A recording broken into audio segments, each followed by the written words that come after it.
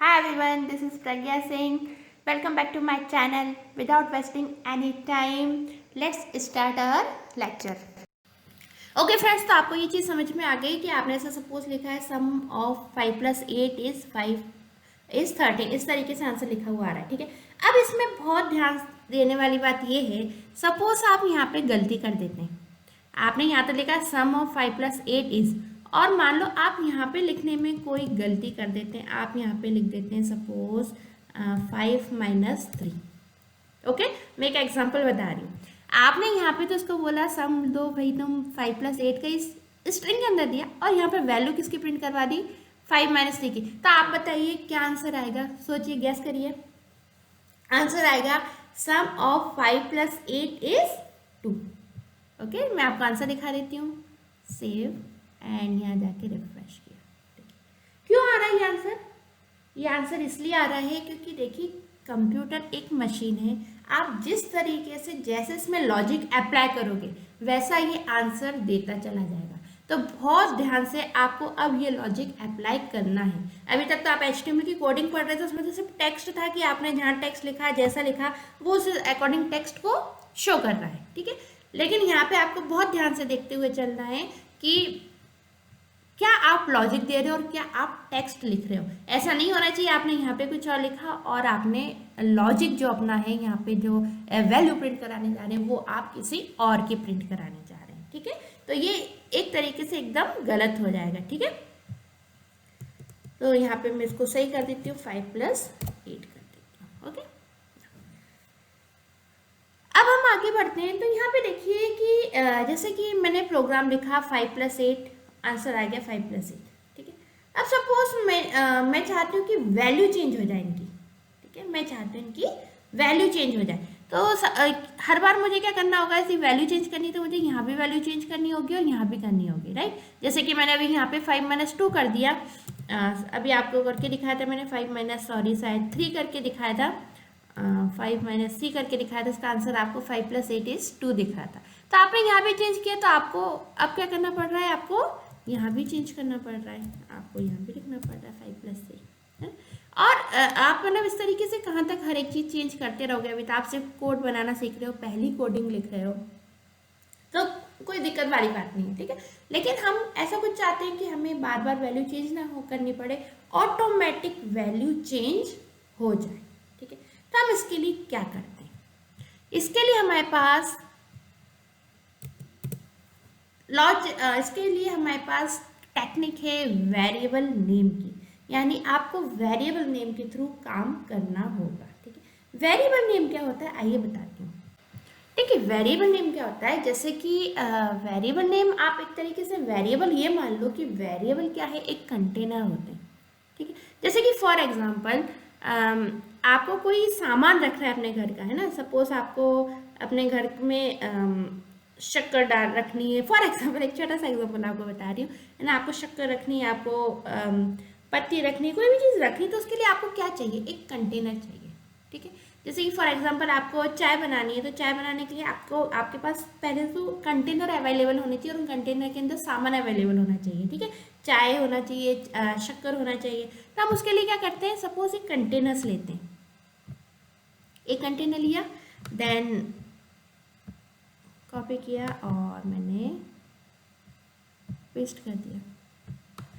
ठीक, तो यहाँ पे मैंने 2 कंटेनर लिए। एक कंटेनर तो मैंने किसके लिए लिया, एक कंटेनर मैंने ले लिया यहाँ पे टी के लिए, और सेम इस तरीके से एक कंटेनर मैंने क्या ले लिया, शुगर के लिए।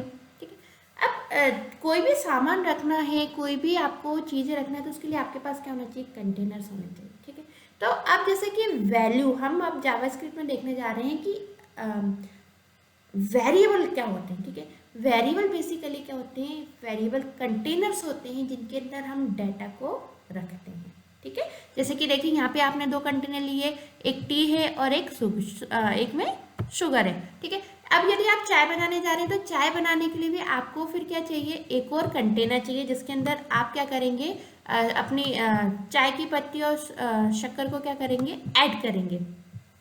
ठीक है, तो आपको एक थर्ड कंटेनर चाहिए होगा, सीधी सी बात है ना। थर्ड कंटेनर चाहिए होगा, इसमें आप ये सारी चीज़ें क्या करेंगे, मिक्सिंग करेंगे। तो आपको कंटेनर्स अपने लिए चाहिए जिसमें आप कोई भी कार्य कर सकते हैं, ठीक है। सिमिलरली इसी प्रकार हमको HTML में भी यानी जावास्क्रिप्ट में भी अपने डाटा को, अपने वैल्यूज को रखने के लिए वेरिएबल चाहिए। वैल्यूज यानी ये आपको दिख रहा है ना 5, 3, ये क्या है, वैल्यूज हैं। आपने पहले यूज किया था 5 और 8 का यूज किया था, वो क्या है, वैल्यूज है, ठीक है। यहाँ पे सपोज आप कुछ और भी यूज करते हो, आप कुछ भी यहाँ पे यूज करते हो, बेसिकली जो भी चीज आप ये यूज कर रहे हो ये क्या है, वैल्यू है जिनका हमको आंसर्स निकालना है, ठीक है। आप कैलकुलेटर में भी जो नंबर देते हो, आप देते हो कि 5 + 5, तो 5 और 5 क्या है, वैल्यू है।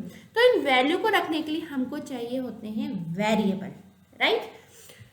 अब वेरिएबल देने के लिए, वेरिएबल के लिए आपको सबसे पहले ये पता होना चाहिए कि आपको कितने वेरिएबल की आवश्यकता है, आप इसमें कितने वेरिएबल बना सकते हैं, ठीक है। अब जैसे सपोज बहुत ही छोटा सा एग्जांपल है, मैं यहाँ पे ये जो कैलकुलेशन कर रही हूँ इसमें मुझे कितने वैल्यूज लग रही हैं, इसमें मुझे 2 वैल्यू लग रही है, एक 4 और एक 2। प्लस नहीं है, प्लस तो इसके अंदर यूज किया हुआ लॉजिकल ऑपरेटर है, ठीक है। मुझे देखना है मैं जो वैल्यू यूज कर रही हूँ अपनी तरफ से वो कितनी है, वो कितनी है, 2 है, 4 और 2, ओके। तो यहाँ पे सबसे पहले आपको जानना होगा वैल्यू कितनी है, यानी वैल्यू मेरे पास 2 है। अब इन 2 वैल्यू को रखने के लिए मेरे पास 2 वेरिएबल कंटेनर होने जरूरी है, ठीक है। तो वेरिएबल डेवलप करने का बहुत ही सरल तरीका है, कुछ भी दिक्कत वाली बात नहीं, सिर्फ और सिर्फ आपको क्या लिखना होता है, वेरिएबल लेने के लिए वैर, क्या लिखना होगा, वैर, ठीक है। कितने वेरिएबल चाहिए, मुझे 2 वेरिएबल चाहिए। एक वेरिएबल का सिर्फ और सिर्फ आपको यहाँ नाम लिखना होगा A and B, ठीक है। जैसे ही आपने यहाँ पे A and B लिखा इस तरीके से कि मैं आपको T और ये लिखा हुआ दिख रहा है, वैसे ही कंप्यूटर की मेमोरी के अंदर 2 वेरिएबल बन के तैयार हो गए, जिसमें एक का नाम A है और दूसरे वेरिएबल का नाम B है, ठीक है। तो 2 वेरिएबल बनके तैयार हो गए, एक A है और एक B है, ठीक है। तो हम अपनी जो वैल्यू, जो हम 5 और 3 देख रहे हैं या 5 और 8, जो भी आपने यहाँ पे वैल्यू देखी है, नोटपैड ओपन करती हूँ मैं, ठीक है। जो भी आप ये वैल्यू देख रहे हैं, इन वैल्यूज को हमको बेसिकली किसमें, A और B के अंदर स्टोर करना होगा। यानी आपके कंप्यूटर की मेमोरी में 2 वेरिएबल बन चुके हैं, जिसमें एक का नाम A है और दूसरे का नाम B है, ठीक है। अब इनके अंदर डेटा रखने का बहुत ही सिंपल तरीका है। पहला वेरिएबल A है, उसके अंदर मैंने सपोज स्टोर कर दिया 5, और अगला वेरिएबल है B, इसके अंदर मैंने सपोज स्टोर कर दिया 4, ठीक है। या फिर अभी मैं आपको 5 और 8 के थ्रू सिखाया था ना मैंने, तो यहाँ पे सपोज स्टोर कर देती हूँ 8, ठीक है। ये मेरा वन टाइम काम है, मैंने 2 वेरिएबल लिए और उन वेरिएबल के अंदर डेटा को क्या कर दिया, स्टोर कर दिया। अब बहुत ध्यान से देखिएगा, मुझे यहाँ पे document.write में क्या लिखना है। देखिए document.write में आपने क्या लिखा था, सबसे पहले मैं आपको थोड़ा सा याद दिलाती हूँ, 5 + 8 आपने लिखा हुआ था, ठीक है। और यहाँ पे आपने क्या लिखा था, यहाँ पे आपने लिखा था इस तरीके से 5 + 8। तो उस कंडीशन में आपके पास आंसर क्या था, सम ऑफ 5 + 8 इज 5 + 8। सेव किया इसको मैंने, दोबारा से आपको आंसर दिखा देती हूँ मैं, 5 + 8 इज 30। इस तरीके से आपको आंसर शो हुआ था। अब क्या करूंगी, मैंने ये 5 और 8 इन दोनों को क्या किया, एक कंटेनर में यानी वेरिएबल के अंदर स्टोर कर दिया, ठीक है। तो अब मुझे क्या यूज करना है, मुझे इन कंटेनर्स का, इन वेरिएबल्स का यूज करना है अपनी वैल्यू को शो कराने के लिए, उससे मेरा काम बहुत सरल हो जाएगा, ठीक है। अभी तो एक ही कोडिंग है, तो एक ही कोडिंग में तो समझ में नहीं आता कि मैडम इसके बदले हम वही लिख देते, लेकिन जब कोडिंग्स कई सारी आएंगी तब आपको इन वेरिएबलों का बहुत अच्छे से यूज समझ में आ जाएगा, ठीक है। तो अभी तो आप सीख लीजिए इन वेरिएबल को हम कैसे यूज कर सकते हैं। देखिए यूज करने के लिए मैंने आपको document.write में क्या लिखेंगे, मैंने आपको एक चीज बताई थी कि आप जैसा यहाँ पर लिखेंगे, है ना, डबल इन्वर्टेड कोट्स के अंदर जैसा लिखेंगे वैसा आउटपुट आपको शो हो जाएगा। फॉर एग्जांपल आपने लिखा यहाँ पे A + B इस, और यहाँ पे आपने क्या लिखा, A + B। अब आपने वैल्यू नहीं लिखी, आपने क्या लिखे, वेरिएबल लिखे। हम वेरिएबल के द्वारा अपनी वैल्यू को ऐड करना या घटाना या जोड़ना या कोई भी किसी प्रकार का कैलकुलेशन करना सीख रहे हैं, किसके द्वारा, वेरिएबल के द्वारा, ठीक है। तो यहाँ पे देखिए मैंने लिखा है A + B = A + B, इस तरीके से लिखा है। आंसर देखते हैं क्या आता है, देखिए आंसर आता है sum of A + B is 30, ठीक है। मैं यहाँ पे वैल्यू चेंज करके देख लेती हूँ। सपोज मैंने यहाँ पे वैल्यू कर दी 10, है ना, और अब मैंने अपना प्रोग्राम दोबारा से सेव किया है और ब्राउजर पे आउटपुट देखते हैं तो a प्लस बी कितना आ रहा है, 15 आ रहा है। ओके ना, अब मैं क्या चाहती हूँ, अब मैं चाहती हूँ कि इस तरीके से लिखा हुआ है ना, sum of a plus B, sum of a plus B ना लिखते हुए ऐसा आ जाए सम ऑफ 5 प्लस 10, यहाँ पे 5 प्लस 10 लिखा हुआ है। तो उसके लिए मैं क्या कर सकती हूँ, उसके लिए देखिए, मुझे जिस भी चीज़ की वैल्यू प्रिंट करानी है, बार बार कह रही हूँ, जिस भी चीज़ की वैल्यू प्रिंट करानी है वो चीज़ मुझे विदाउट डबल इन्वर्टेड कॉमा के लिखनी होगी। जैसे a प्लस बी, ए के अंदर डाटा रखा है 5 और b के अंदर डाटा क्या स्टोर है, 10 स्टोर है। तो मुझे 5 और 10 को ऐड करने की, यानी इन वेरिएबल के अंदर रखी हुई वैल्यू प्रिंट करानी थी, तो मैंने इसको विदाउट डबल इन्वर्टेड कोट्स में लिखा है, और जिनकी मुझे वैल्यू प्रिंट, जो मुझे एज इट इज प्रिंट कराना है वो मैंने डबल इन्वर्टेड कोट्स के अंदर लिखा है। ठीक है, अब देखिए कैसे प्रिंट करवा सकती हूँ मैं, सम ऑफ 5 प्लस 10 इज 15। तो उसके लिए देखिए, सम ऑफ तो मुझे एज इट इज चाहिए, तो जो भी चीज़ें मुझे एज इट इज चाहिए उसको मैंने डबल इन्वर्टेड कोट्स में क्लोज कर दिया। ठीक है, देन मुझे क्या चाहिए, उसके बाद a चाहिए।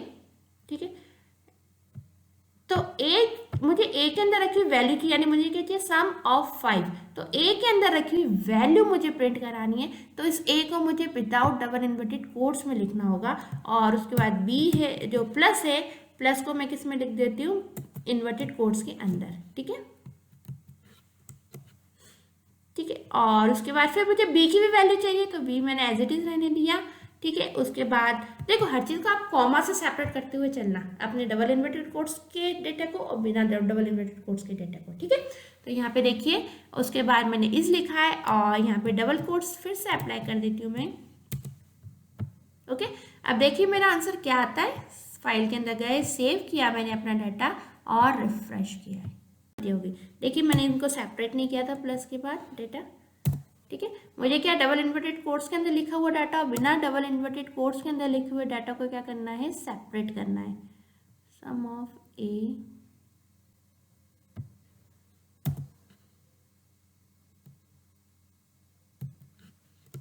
इस तरीके से देखिए,